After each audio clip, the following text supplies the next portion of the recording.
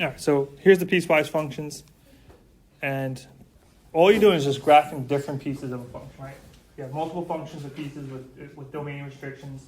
It has to still be a function, so you can't, any pieces of a function that you put together has to pass that vertical line test, right? So wherever I draw that vertical line, it has to pass it. So no matter what, you can't connect or hit more than one point at a time. So that's really just the only restriction that you have to worry for this one. All right. So you can graph as many pieces of a function on one graph as long as you always pass the vertical line test. All right. So let's take a look at this first one. These first two, both of these functions are linear, right? We got 2x minus 1 if x is less than or equal to 1. So there's my domain restriction. We got 3x plus 1 if x is greater than 1. I'm going to show you two ways to graph this, okay? I've seen multiple teachers do this different ways. Here's the first way. If you just graph 2x minus 1, it's linear, right? What does the minus 1 do here? What is that? The minus 1 is, if you guys remember, that's y equals mx plus b. Yeah, mx plus b is my y-intercept here. All right, so on my graph, I have negative 1. And then my slope, so I got my b's, negative 1. My slope is 2, which means what? Rise 2 and run 1. Rise 2, 1, 2, run 1. And you go down the other way too, right? Down 2, 1, 2, left 1. Down 2, left 1. And you can connect the line through all this. All right, I'm not going to connect the line just yet, but there's the line right there. All right, that's just graphing that whole function there. All right, but my domain restriction says x is less than 1, less than or equal to 1. All right, so if I'm focusing on two pieces here, 1 is telling me it's less than or equal to, which equates to what? Closed circle and open circle. Closed circle. Okay, so where x is negative 1, and where x is 1, okay, so here's where x is 1 on that piece there. What's my y-coordinate there?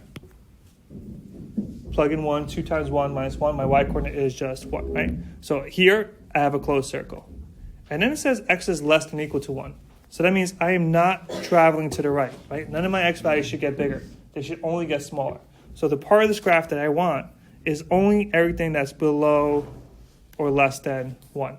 So everything past that, I'm going to erase and not use. Yep. I think we already did this. Okay, good. All right. And then the other one piece here is going to be 3x plus 1. Right? 3x plus 1, again, I'm going to use a y value, y-intercept of 1. And this time I'm going to use a slope of 3. So I'm going to go up 3, 1, 2, 3, and right 1. 1, 2, 3, and right 1. Right? So technically, this graph is going to look like this. If I draw a vertical line on this now, again, I'm going to fail my vertical line test. I'm going to fail my domain on this one. But this graph is saying what? What's the domain restriction here? That x is greater than 1. So they're both using that 1 as the x value here. And when I graph this line here, I'm going to start where x is 1. So at 1, my y value starts here, and then it goes up. And it goes on forever. If I look at this graph right now, I would fail the vertical line test because I have two closed circles at 1, right? Closed circle here at 1, 1, and a closed circle here at 1, 4. So one of these must be an open circle. Which one's the open circle? Yep. 1, 4. Yeah, so this one, right? X is greater than 1. So this one here, the x is greater than 1, so that right there should be an open circle. So I'm just going to erase that and put an open circle there instead. And then draw my line. And now I'll pass the vertical line test. All right, so that's two pieces. This one we might have done, okay? Absolute value of x and x squared. General shape of absolute value of x. What's the general shape of this? Looks like a what? V, right. So I got one that looks like a V, and the general shape of x squared is what? The u, x squared, right? So just if you could have an idea of what these general shapes are, great. All right, so absolute value of x. Okay, so absolute value of x looks like what? So 0, 0, 1, 1, 2, 2, 3, 3, negative 1, 1, negative 2, 2, negative 3, 3, right? This is the general shape going this way and going this way. Yep. I don't want the whole graph. I want what part of this graph? I have a domain restriction that x is less than 2. right, so here's 2. And x is less than 2. So what part of my graph is less than 2? So I got right here. So up until that point, I got less than 2, which takes an open circle. So that means the rest of this line here that I drew, that's greater than 2, I don't need. I'm getting rid of all that. I only want the part of the graph that has x values less than 2. So I'm starting here. Everything to the left of this graph has an x value less than 2. So that's the only part I'm going to keep. So you could draw out the whole thing and do it that way. You can make a table and put it that way. So either way, okay? And then what's the other part here? Then I have x squared. Okay, so x squared looks like this. So 0, 0, 1, 1, 2, 4, negative 1, 1, negative 2, 4, right? And that looks like that. That's obviously going to fail the vertical line test. So I don't want all of that piece. What do I want? Oh, I want the part where my x values are greater than 2. Okay, so what's greater than 2? What can I erase?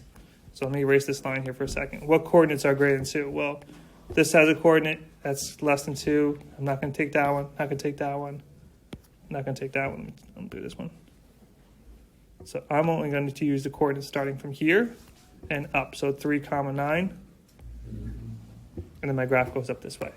And then just to make sure, if I draw a vertical line here, does this pass the vertical line test? Yeah, but one's a closed circle, one's an open circle. So you just want to make sure there's no overlap in any of the pieces that you graph.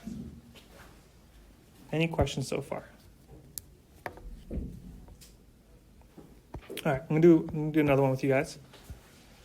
Let's do this one. This one has 3. And I'll try to do a little table for this one as well. All right, so you got f of x equals 1, which is really just, so I'm going to go off this first one here. So f of x equals 1 or just y equals 1. What does that look like? What kind of equation, what does that graph look like? Y equals 1. It's linear. Yeah, it's got 0 slope, right? Technically, this is y equals 0x plus 1. All right, if you forget what this looks like, if you kind of just make yourself a table, y is 1 every time. You could just use 3 random coordinates for x. So 0, 1, negative 1, 0. So 0, 1, 1, 1, negative 1, 1. So you have pretty much a horizontal line. All right, that's without any domain restrictions. I have a domain restriction. My domain restriction is what? X is less than or equal to negative 2. So I don't want this whole line here. I just want the line where my x values are less than negative 2. Well, where's my x values less than negative 2? Well, starting here, here's negative 2. So here. So I want everything less than or equal to, so I want that horizontal line up until negative 2. And now am I including negative 2?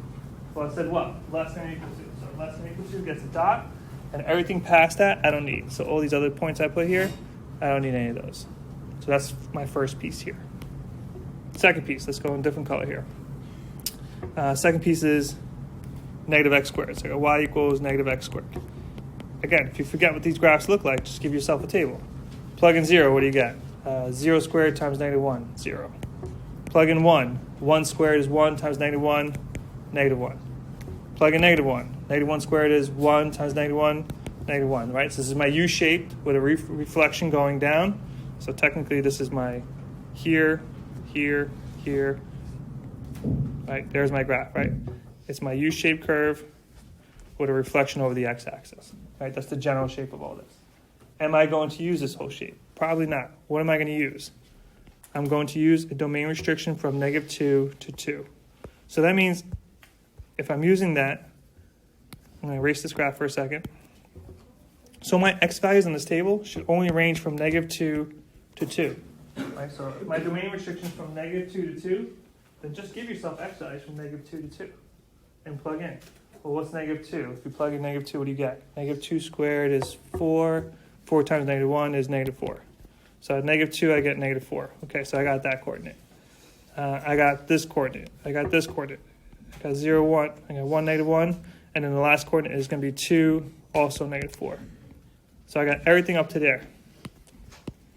Before I commit to putting these closed circles, make sure at negative 2 should have a closed circle and an open circle. So that says what? Negative 2 is what? Less than x. So is that open or closed? open. So I'm going to change those. So both of those are going to be open. So these two here, both going to be open circles. And again, if I'm verifying my vertical line, right, I'm going through a closed circle and an open circle, that's fine. Okay, so that part of the graph is my U shape with a domain restriction from -2 to 2. I'm not going to go past any part of that. So far I got my, from left to right, I got my horizontal line at y equals 1. I got my y equals -x squared from -2 to 2. And then one last piece here is I have another linear equation here. I'll do this one green. Of y equals x minus 6. All right. And again, I can start and think about what the graph looks like. Y equals x minus 6 is I'm at -6, and then I'm using a slope of 1. Right. So my general shape is that right there. Right. It's a linear equation starting at -6 on the y-axis and using a slope of 1. All right, but what do I need? What parts of this equation do I need? Yep. I know the slope of 1. 1x. Right, so it's y equals... Oh, okay, that's on the side. No worries. mx plus b. Cool. But I'm going to start my equation here at 2, right? Because my domain restriction is x is greater than or equal to 2. All right, so if I plug in 2 for x, what's 2 minus 6? -4. So at 2, I'm at -4. And then plug in 3. What's 3 minus 6? -3. Plug in, and then I'll jump a few. Plug in 6, I get 0. So at 6, I'm at 0. At -2, I'm at -4. And here's something I want you to pay attention to. So at 2, I have an open circle at -4. But when I plug in this one, I have a closed circle at -4. So what you're going to see is the closed circle and not the open circle anymore. Right? So the open circle, remember, you're getting so close to that point, but you actually don't hit that point. This equation, this linear equation, is hitting that point. So I'm going to draw my closed circle there and go through, and it's going to go on forever to the right. And again, any part of this graph, no matter where you go, wherever you draw, you're always going to pass the vertical line test. The issues I would worry about is where at -2, you have a closed circle, open circle, but you draw a vertical line through the closed circle, no big deal, you still pass, right? This is one I'm going to really highlight. And then this one has, so it wasn't two closed circles there. One was open, one was closed, and that's fine. You never want 2 open circles or 2 closed circles in the same spot. Any questions so far? Okay, how about one more? This one has, all right, this one's a little more challenging. So you have a square root function with a horizontal translation, then you have 1/2 times x plus 2 times x minus 6. So you have a quadratic function here. Okay. And then you have another square root function, this time with a reflection over the y-axis. All right, so let's make sense of those. What does this one look like? What's the square root of x? Square root of x is what? That's this graph that goes this way. The negative sign, what does the negative sign do? Reflection over what? What's this negative sign inside do? Yeah, so now it's going to go this way. All right, and then the +2 is a horizontal shift, and it's just going to move it over and still go this way. So ideally, this shape here is going to go this way. All right, so let's make sense of that one. Again, not a bad idea to have a table for yourselves. Get the general shape here. I'm going to start at, it says x is less than -2, so I can start here at -2. If I plug in -2, I get -2 plus 2 is 0. 0 times -1 is 0, and square root of 0 is 0. So at -2, comma 0. Open circle or closed circle there? Open circle or closed circle? Open. Okay, so I'm going to erase that dot there and put an open circle there. Okay, pick another coordinate. What's another nice coordinate to take the square root of? Square root of 0, square root of another perfect square? 0, 4, 1, right? So how do you make this equal to 1? Plug in what? Plug in negative 1. What's negative 1 plus 2? 1. 1 times negative 1? Negative 1. Okay, so that doesn't work. What else can I plug in here? What number would make that nice? I want it to be negative 1, yep. You want it to be negative 1? I want it to be negative 1. I want this to equal negative 1. Then just negative 3. Negative 3, right? So if I put negative 3 in there, negative 3 plus 2 is negative 1. Negative 1 times negative 1 is 1. And then the square root of 1 is 1. So at negative 3, I'm at 1. You have 2 dots. You have 2 points. You get the general shape of this one. You keep going, boy. That's going to be the general shape of that one. Next one, quadratic. How do you graph a quadratic in this form? This is in already factored form. What are your zeros here? What are your zeros of this function? What makes this function 0? X equals what and x equals what? X equals 2 and x equals positive 6. Cool. So x equals negative 2 gives you a 0. So negative 2 comma 0 is a coordinate, right? So if I'm thinking about this, negative 2, 0, and 6. Right? This is in factored form already. If you have negative 2, 0, and 6, 0, where's your vertex? On what line? Where's your axis of symmetry on what line? What do you know about the axis of symmetry and the two intercepts? The axis of symmetry is going to be where? Comparison to your 2 intercepts. All the way to the left, all the way to the right, dead smack in the middle. Where? Like the middle point? Yeah, it's got to be right in the middle, right? Your axis of symmetry has to be in the middle of your 2 coordinates. So what's the middle of negative 2 and 6? Negative 2 plus 6 is 4. 4 divided by 2 is 2. So 1, 2, right? So your axis of symmetry is going to be on here. So that means your vertex is on here somewhere. Okay, so I'll make sure I use that coordinate somewhere, right? So this is going to be a vertex of 2. All right, so let's make a little table here. I don't want anything smaller than negative 2. I don't want anything bigger than 6. All right, so negative 2 and 6 right in the middle. Okay.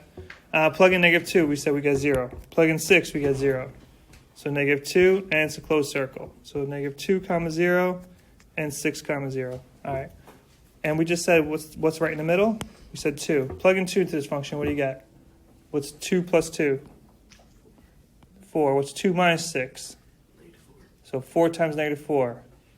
Negative 16. Half of negative 16. Negative 8. And there's your vertex. So at 2, you got negative 8. I don't need a million coordinates. I just need a general shape of your curve. Right? And there's your U-shaped curve there. From negative 2 to 6. The negative 2 preceded was my x-intercept. The other endpoint 6 was the other x-intercept. And then I found one more point. I knew this is a parabola because, again, this is a quadratic. And now it's going to look like a U.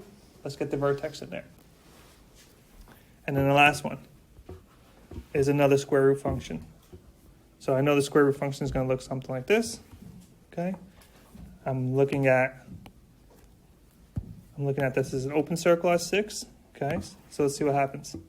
Make a little table here. Let's graph this one in pink. All right. Start at 6. Plug in 6 into my function. What do you got? What's 6 minus 6? Square root of 0 times negative 1 is still 0. So I'm at 6 comma 0, which is here as an open circle.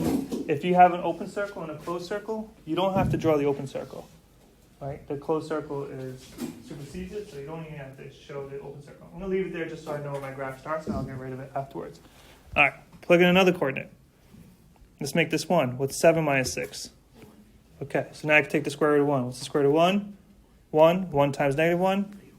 Negative 1. So 7 comma negative 1. And now I know my graph is going this way as I expected. Right? This part here, you don't have to do it. So you got 3 pieces to this graph. Right? And every single one of these pieces, there's no overlap, keeping it a function.